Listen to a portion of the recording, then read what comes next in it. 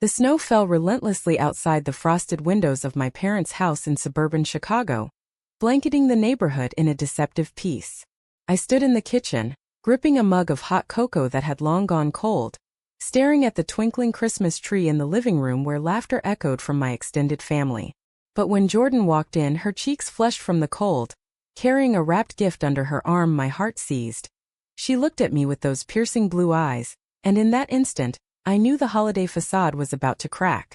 Jordan had been my best friend since college, the one who understood my silences better than anyone. We'd met freshman year at Northwestern, bonding over late-night study sessions and shared dreams of escaping our conservative upbringings. She came from a strict Catholic family in Boston, while mine was a pillar of Midwestern Protestant values. Marriage, kids, the whole American dream package. But over the years, something unspoken had grown between us, a pull I buried deep under layers of denial and duty.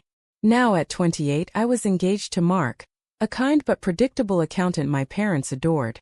Our wedding set for spring. Jordan, single and fiercely independent, had flown in for the holidays at my insistence, though I hadn't admitted to myself why. That evening, as the family gathered for dinner, the tension simmered beneath the surface. My mother, Evelyn, fussed over the turkey, her sharp eyes darting between me and Mark. "Alexandra, dear, have you decided on the flowers yet? Lilies would be perfect, pure and traditional." Her words carried an undercurrent, a reminder of the life she expected me to lead. Mark squeezed my hand under the table, oblivious to the storm brewing inside me. Jordan sat across from us, her smile polite but strained, her fork pushing food around her plate. After dinner, while the others watched a holiday movie, Jordan pulled me aside into the dimly lit hallway. "Alex, we need to talk," she whispered, her voice laced with urgency. I followed her to the guest room, my pulse racing. She closed the door softly, turning to face me. "I can't do this anymore. Pretending like everything's fine. Like I don't feel what I feel." Her eyes searched mine, vulnerable in a way I'd never seen. I stepped back, my back hitting the wall. "Jordan, please. Not now. Not here." But she pressed on, her words tumbling out like a dam breaking. "I've loved you since that night we stayed up talking about our futures. And I know you feel it too. Mark's a good guy, but he's not you. He's not us." The confession hung in the air, heavy and electric.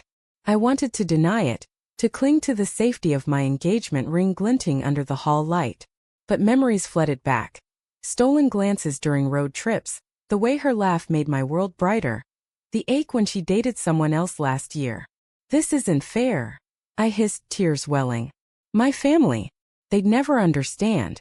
Dad's already talking about grandkids." Jordan reached for my hand, her touch sending shivers through me. "And what about you? What do you want, Alex?" "Not what they want." That night, as the house quieted, I lay awake in my childhood bed, Mark snoring softly beside me in the guest suite. Jordan's words echoed, chipping away at my resolve. By morning Christmas Day, the snow had stopped, but the air felt thicker. We exchanged gifts under the tree. Mark gave me a necklace, practical and pretty. Jordan handed me a small box with a note inside. "For the girl who deserves her own story." Inside was a vintage compass, symbolizing direction and choice. My fingers trembled as I held it, our eyes meeting across the room. The day wore on with forced cheer. My brother Tom teased me about wedding jitters, while Aunt Linda cornered Jordan about her single status, her tone dripping with judgment. "A pretty girl like you should settle down. Find a nice man." Jordan's jaw tightened, but she smiled through it. I watched, guilt twisting in my gut. That afternoon, during a walk in the snowy park nearby, Jordan and I broke away from the group. "I didn't come here to ruin your life," she said, her breath visible in the cold air. "But I can't watch you marry him knowing it's a lie." Her honesty pierced me. "It's not that simple," I replied, my voice breaking. "Coming out now? To my family? They'd disown me. And Mark, he doesn't deserve this." We stopped by a frozen pond, the world silent around us. Jordan turned to me, her gloved hand brushing my cheek. "Love isn't simple, Alex. But hiding it? That's killing us both." In that moment, under the bare branches, I leaned in, our lips meeting in a kiss that tasted of desperation and truth. It was brief, stolen, but it shattered everything.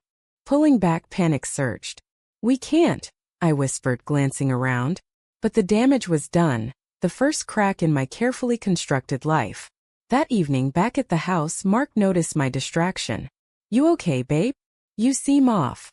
I nodded, forcing a smile, but inside turmoil raged. Jordan avoided me the rest of the night, her eyes haunted. As midnight approached, I slipped into her room. "What have we done?" I asked. She pulled me close, not for passion but comfort. "We've started being honest," she said. And in her arms, for the first time, I felt the weight of my choices pressing down. The days following Christmas blurred into a haze of unspoken truths and mounting pressure. My family, oblivious to the undercurrents, planned New Year's festivities with enthusiasm. Fireworks, toasts to the future. All while I grappled with the kiss that had upended my world. Jordan stayed through the week, her presence a constant reminder of the fork in my road. We stole moments in quiet corners, not for intimacy, but for raw conversations that peeled back layers of denial. One afternoon, while shopping in downtown Chicago, the bustling crowds provided cover. "Tell me about your fears," Jordan urged as we wandered through a bookstore, the scent of paper grounding us. I hesitated, fingering a novel about forbidden love. Losing everything. My parents' approval, it's all I've ever chased. And Mark. He's built his life around us. Jordan's eyes softened. "But what about your life? You've always put others first. Remember college?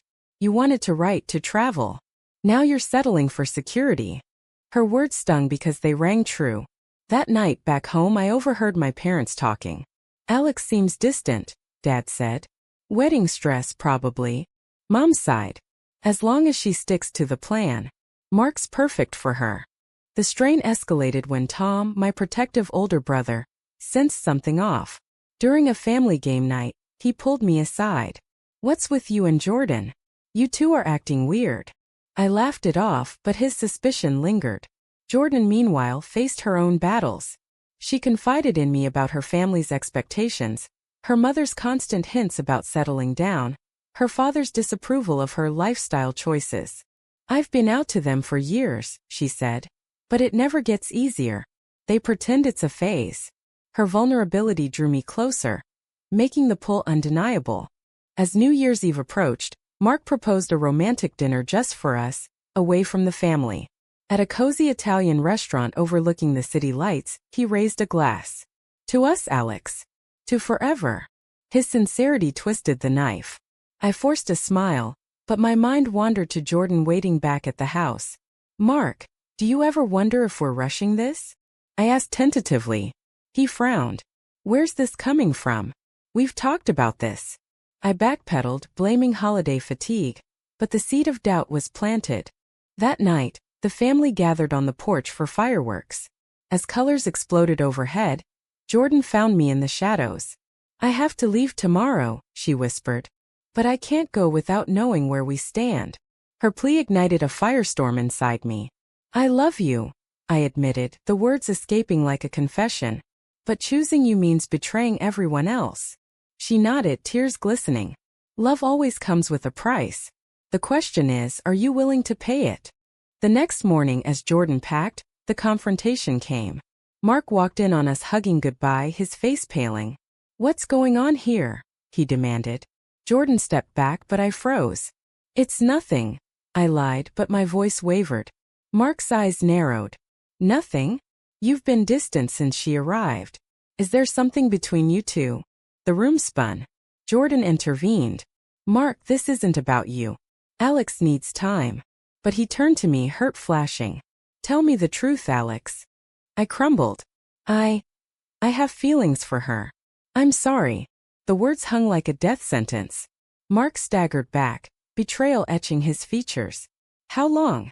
Was our engagement a joke?" Tears streamed down my face. "No, I thought I could make it work. For everyone." He stormed out, slamming the door. Jordan reached for me, but I pulled away. This is what I feared. Destruction. Word spread quickly. By evening, my parents summoned me to the living room. Dad's face was thunderous. Mark called. Said you're confused about Jordan. What the hell does that mean? Mom clutched her pearls, eyes wide. Alexandra, please say it's a misunderstanding. I sat, hands trembling.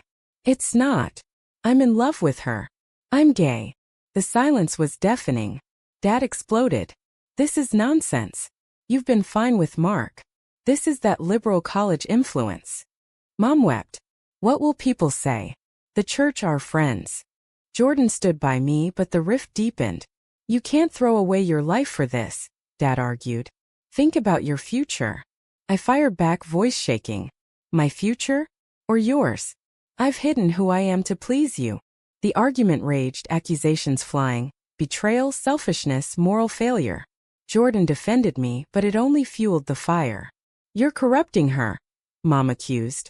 By night's end, exhaustion claimed us, but the damage was irreparable. In the quiet aftermath, Jordan and I sat on the back porch, the cold biting. I didn't want this for you, she said. But hiding would have been worse. I nodded, the cost sinking in, lost trust, fractured family. Yet a spark of freedom flickered. As she left the next day, promising to wait, I faced the void alone, decisions weighing heavy. The weeks after Jordan's departure felt like navigating a minefield. My parents' house, once a haven, became a battleground of cold shoulders and pointed silences. Dad buried himself in work, while Mom alternated between tearful pleas and scripture quotes about traditional values. This isn't you, Alex, she'd say, handing me pamphlets from church groups promising healing. I moved out temporarily, crashing at a friend's apartment in the city, but the isolation gnawed at me. Mark, meanwhile, cut ties completely, returning the ring via mail with a note. I deserved better than lies. Jordan called daily from Boston, her voice a lifeline. How are you holding up? She'd ask. Barely, I'd admit. Tom won't even speak to me. He thinks I humiliated the family. Our conversations delved deep, her sharing stories of her own coming out, the rejection that followed, the slow rebuild. It hurts, but authenticity is worth it, she insisted. Yet doubt crept in. Was it? The societal whispers started. Neighbors gossiping, old friends distancing themselves. At work as a marketing coordinator, I overheard colleagues murmuring about that phase some women go through. The pressure mounted when Aunt Linda visited, armed with judgment. Your poor parents, she clucked, raised you right, and this is how you repay them? Choosing sin over stability. Her words echoed the internal war. Guilt versus self-acceptance. I confronted Mom alone one evening. Why can't you support me? I asked. She sighed. Because it's wrong, honey. The Bible says. I interrupted. The Bible also says love thy neighbor. What about loving me? Tears flowed, but no resolution came. Jordan suggested I visit her in Boston, a chance to breathe. I booked a flight, arriving amid a nor'easter that mirrored my turmoil. Her apartment, cozy with books and art, felt like sanctuary. No judgments here, she said, hugging me tight. We spent days exploring the city, talking endlessly. But reality intruded when her family learned of my visit. Her mother called, voice icy. That girl from Chicago? The one causing all the drama?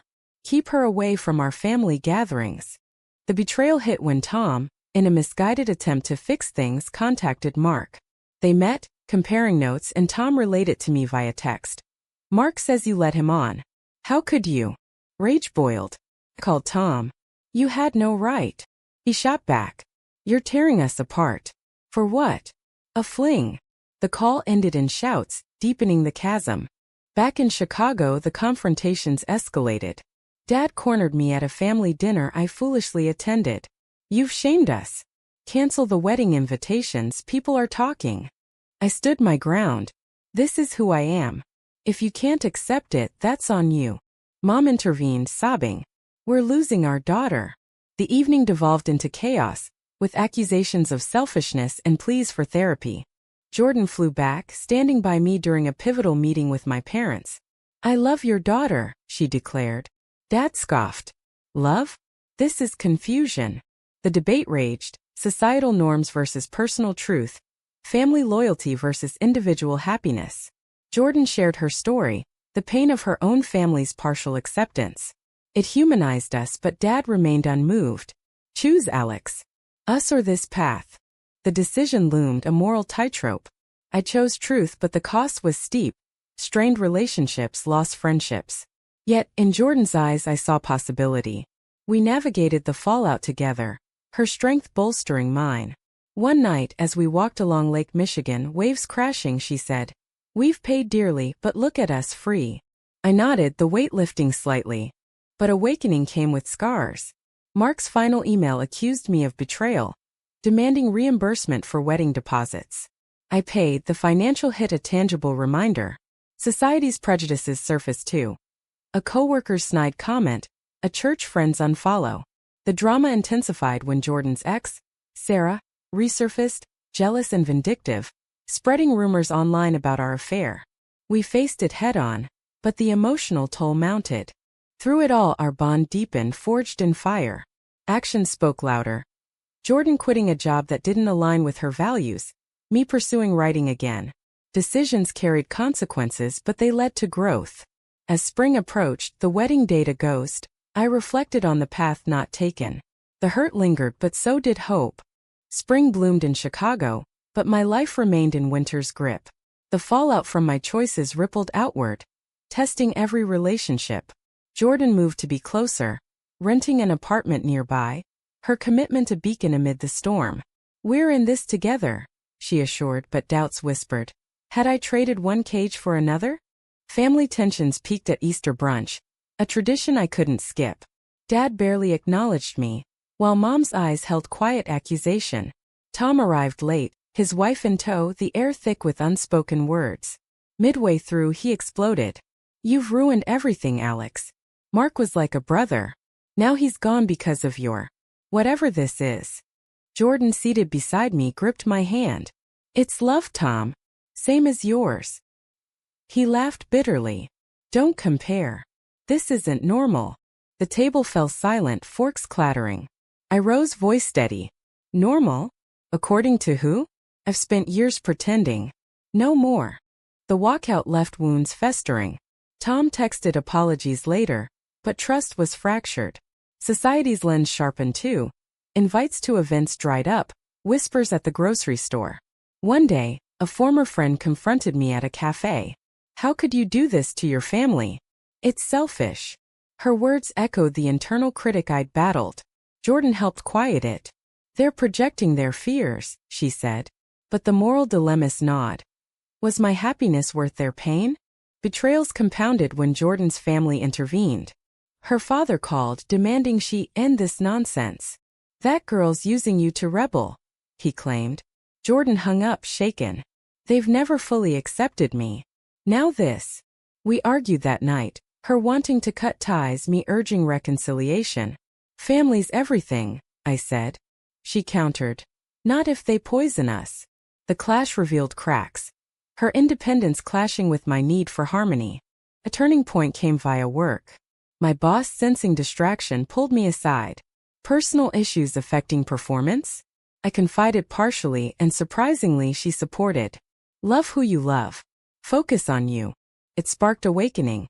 I enrolled in writing classes, channeling pain into stories.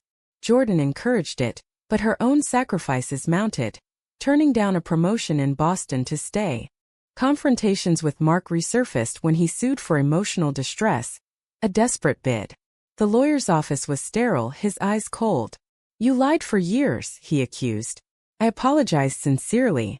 "I was lost. Hurting you was never the goal." The case settled out of court, but the payout drained savings, a stark price for truth.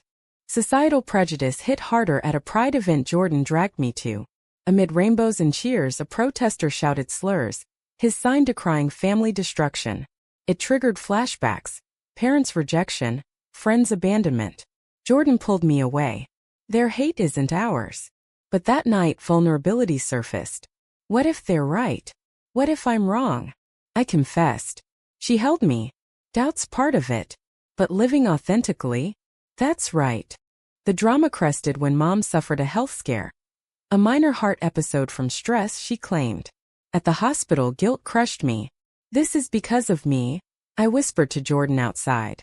Dad overheard. "Damn right. Your choices did this." The accusation ignited fury. My choices? Or your refusal to accept? We argued in hushed tones, nurses glancing. Mom from her bed intervened weakly. Stop. I just want my family back. Tears flowed, a fragile bridge forming. I love you, Mom. But I love Jordan too. For the first time, she didn't recoil. Healing began tentatively. Tom reached out, inviting us to dinner. Awkward at first, conversations flowed. His curiosity about our story, admissions of bias. I was scared for you, he said. Jordan's grace shone. Fears understandable. But love wins. Not all mended. Dad remained distant, society judgmental, but shifts occurred. Through sacrifices we grew. Jordan volunteered at LGBT centers, helping others navigate similar paths. I published a short story about hidden truths, drawing from our saga. The costs, financial, emotional, were paid, but rewards emerged. Deeper connections, self-worth. As summer neared, we planned a quiet trip, a respite. But lingering questions haunted. Had the pain been necessary? In Jordan's arms, watching fireworks again, I felt the answer forming. Summer's warmth couldn't fully thaw the chill of past months, but it brought clarity amid the chaos. Jordan and I settled into a rhythm. Shared dinners, weekend hikes in the Illinois countryside, building a life from ruins. Yet, echoes of conflict lingered, testing our resolve. One evening, over wine on our balcony, she broached the unspoken. Do you regret it? The upheaval. I paused, stars twinkling above. Regret the hurt? Yes. But not us. Never us. Family dynamics evolved unevenly. Mom called weekly, tentative questions about Jordan slipping in. How's she doing? She'd ask a olive branch. Dad, however, maintained radio silence until a breakthrough at my birthday gathering. He showed up unannounced, face etched with reluctance. I don't understand it, he admitted privately. But you're my daughter. I miss you. Tears bridged the gap, though acceptance was partial. Give me time, he said. I nodded, the concession of victory won through persistence. Tom's transformation was more profound. After researching LGBT issues, he apologized fully. I was ignorant, scared of change. His wife hosted a barbecue, including Jordan seamlessly. Laughter flowed, but undercurrents remained, subtle glances, unspoken judgments. Society's broader prejudices persisted too. A denied apartment application hinting at discrimination. Anonymous online hate after my story went viral. You're brave, readers messaged, but trolls countered with venom. Jordan shielded me, her own scars from past rejections fortifying her. Moral quandaries deepened when Sarah, Jordan's ex, escalated her vendetta.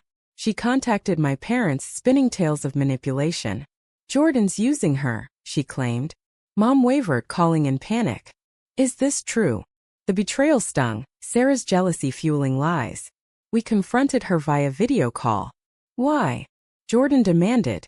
Sarah sneered. You left me for this? I deserved better. The exchange revealed her pain mirroring ours. Move on, I urged. She hung up, but the damage prompted reflection. How far does forgiveness extend? Actions defined us. I quit my job for a freelance writing gig. Embracing uncertainty for passion. Jordan supported it, taking extra shifts. Your dreams matter, she said. But sacrifices strained. Missed bills, arguments over finances. Is this sustainable? I worried. She reassured. Together, yes. Our decisions carried weight, each a thread in the tapestry of our story. Awakening culminated at a family reunion in July. Amid picnics and games, Dad pulled Jordan aside. Take care of her, he grumbled. It wasn't full endorsement but progress. Mom hugged us both, whispering, I'm trying. The event, once dreaded, became a milestone. Confrontations yielding to uneasy peace. Yet not all wounds healed. Mark remarried quickly, news stinging like salt. Friends lost remained absent, societal biases unchecked. The costs, emotional scars, financial hits, fractured bonds, tallied high. But in quiet moments, Jordan's hand in mine affirmed the trade-off. We've fought for this, she'd say. As autumn leaves began to fall, mirroring our journey's cycles, I pondered the path. Love demanded everything, truth over comfort, self over expectation. In the end, under a harvest moon, we vowed quietly to each other. No rings, just promises. But was the destruction justified for personal freedom, or did the collateral damage outweigh the gain?